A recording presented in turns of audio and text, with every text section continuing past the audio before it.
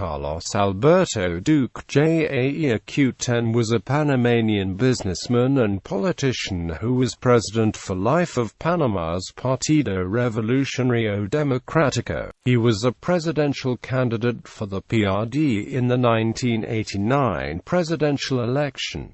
1989 presidential candidacy. A former business partner of military ruler Manuel Noriega, Duque was selected by Noriega to head the pro-Noriega Democratic Revolutionary Party in 1988.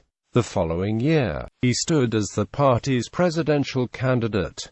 Future PRD President Ernesto Pérez Valadez served as his campaign manager. Duque's primary rival for the presidency, Guillermo Endara, ran atop the ticket of the Democratic Alliance of Civic Opposition, a coalition of parties opposed to Noriega. After the voting concluded, international observers reported that Endara's coalition was leading by a 3-to-1 margin, but the results were annulled by the Noriega government before counting was complete. Noriega had planned to declare Duque the winner regardless of the actual results. However, by this time Duque knew he had been comprehensively defeated by Endara and refused to go along. The next day, Endara and one of his running mates, Guillermo Ford, were badly beaten by a detachment of Dignity battalions, a paramilitary group supporting Noriega.